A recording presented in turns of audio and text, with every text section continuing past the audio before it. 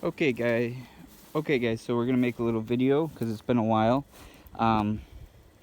This was a trailer that was brought to me. It actually just needed new hangers and springs and U-bolts put on it. But when we started digging into it, we were taking the decking off just to make it easy to work on. We found 8 feet of bad frame in it, so we went ahead and replaced that. Now normally on something like this, I might rattle can it, but this is a father-son project and he told me they're gonna do that, so we fixed it. It's an old snowmobile trailer. They're gonna use it for hauling side-by-sides and stuff, but so we fixed it, added new angle iron, new 2" by 3 tube, new angle iron here and here, and then we went ahead and added, it had 3 of the 4 leaf springs were broke. Like, it had, I think the back ones on both sides had 2 leaf springs broke on each end. And we put new hangers on. And then the reason everything is a little rusty is because I had to sit out a day because I had to wait for the U-bolts to come in. He thought the kit he bought came with them. It did not, so had to buy those, wait for them to come in. But anyways, now everything's done and it is ready to go down the road to the customer. The leaf springs were broke, so this axle was jacked up, strapped up. I'm not going to worry about doing that though, because he only lives like a mile down the road and it's pretty smooth, and it doesn't need to be. The axle sprung itself up there just fine. So now I'm just kind of picking stuff up. And I'm gonna move back into the shop. We'll show you what we got going on there. There was a ramp for this, a snowmobile ramp that they could put here and here, the other side. That's what that angle iron's for, and the back to hook onto. And the only thing about that is it is like this whole length. And you can kind of see where it was sitting. You can see like from this line to that line. That's where it was sitting. And it's a bit heavy for him and his son. Like I said, this was a snowmobile trailer, but they're going to use it for side-by-sides, and they just don't need that wide a ramp. So we're going to make him 2 12-foot ramps. He doesn't want holders or anything put on there. Drag this thing back so we don't have to do that.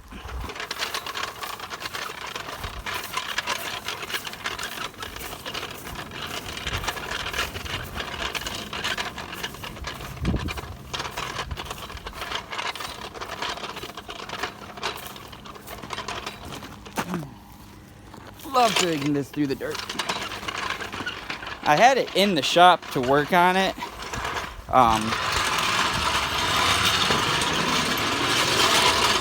But like I said, it needed new hangers. They were good enough. I could put them on. But I didn't trust them to hold up. So here's the old ramp. So we're going to cut that into 2 1-foot ramps. It'll be ready to go. Give you a little update on everything else. We got a new toolbox. Just a cheap one from Harbor Freight, but I actually really like them. Tons of storage. Sanding stuff. Ooh, all my DeWalt tools, which actually most of them are out back. Hammers, screwdrivers, which I have more than these, I just got to put them in. Pliers and little vice grips, and then impact and sockets and 3/8 drive, or this is 3/8 drive, excuse me. Yeah, picked up one of these, oil filter wrench. Those come in a lot of handy. Those are a lot better than the tightening ones. And then well, wrenches. Actually, I think I keep these down here. Yep. So, I bought this unit because we wanted to go up. You can buy a top unit for it. You can also buy a side unit, and I believe the side unit will also fit on my smaller, what is this, a Power Glide? Yeah, Power Glide toolbox. So that was my plan. You guys have probably seen in the corner here, our CNC table is in. I've got, everything is in. The frame sitting right there. After this job is done, I will start assembling that. Oh, actually, that's not true. I've got steel sitting out here for some benches that I got to make for a Star Wars themed Airbnb. Really, really cool. I'm looking forward to that. I also got to do these. So I got to cut this. I think what I'm going to do, it's Saturday now, is I'll get this done. Tomorrow I got to do front brakes on my wife's car. There they are. Shout out Detroit Axle, made in Michigan, and also very affordable. And I've used their parts on my truck too. They're pretty good. But anyway, so Sunday I will do that. Brakes on my wife's car. Monday I have to fix my mom's exhaust on her van because she backed into something. And then I can start on those Star Wars Airbnbs. In fact, I am missing a piece of steel.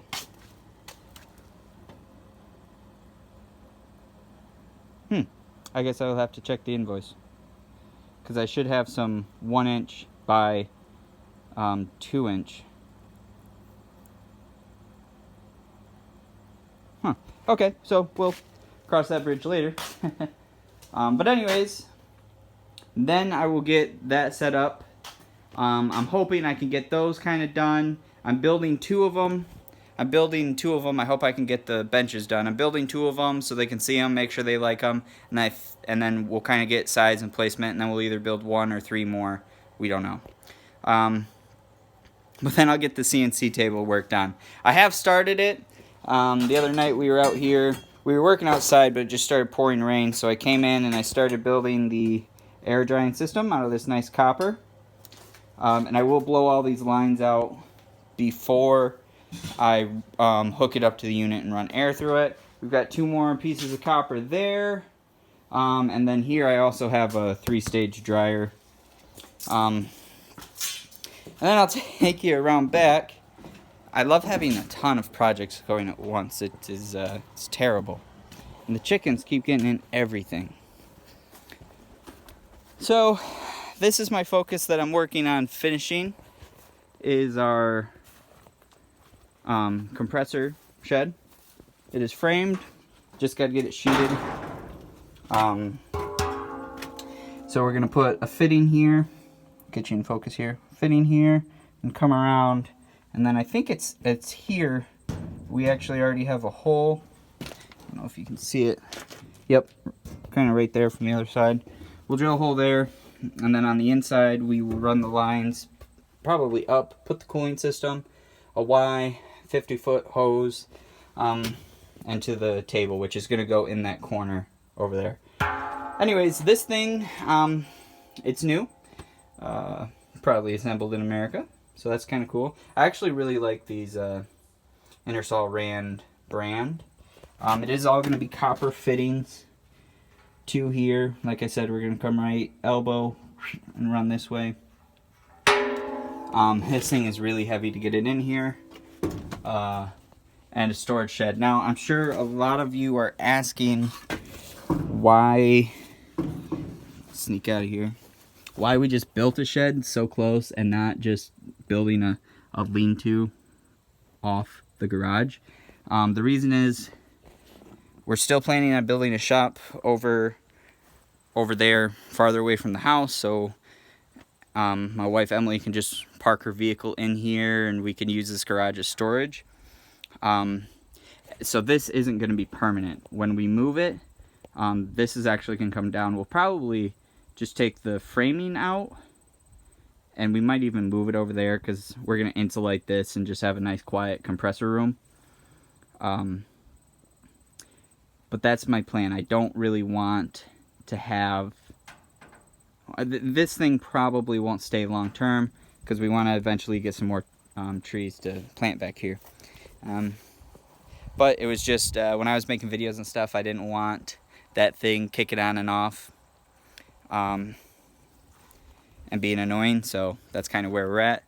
The also thing that we're looking forward to is we're going to see if the welder can run this air compressor and the CNC table, which I think it will, because actually what's going to happen is this thing will probably fire up and fill it with air, and then we'll make a couple cuts on the CNC just to get us going, because the last thing, well, we're waiting on 2 more things to fully have the CNC up and running.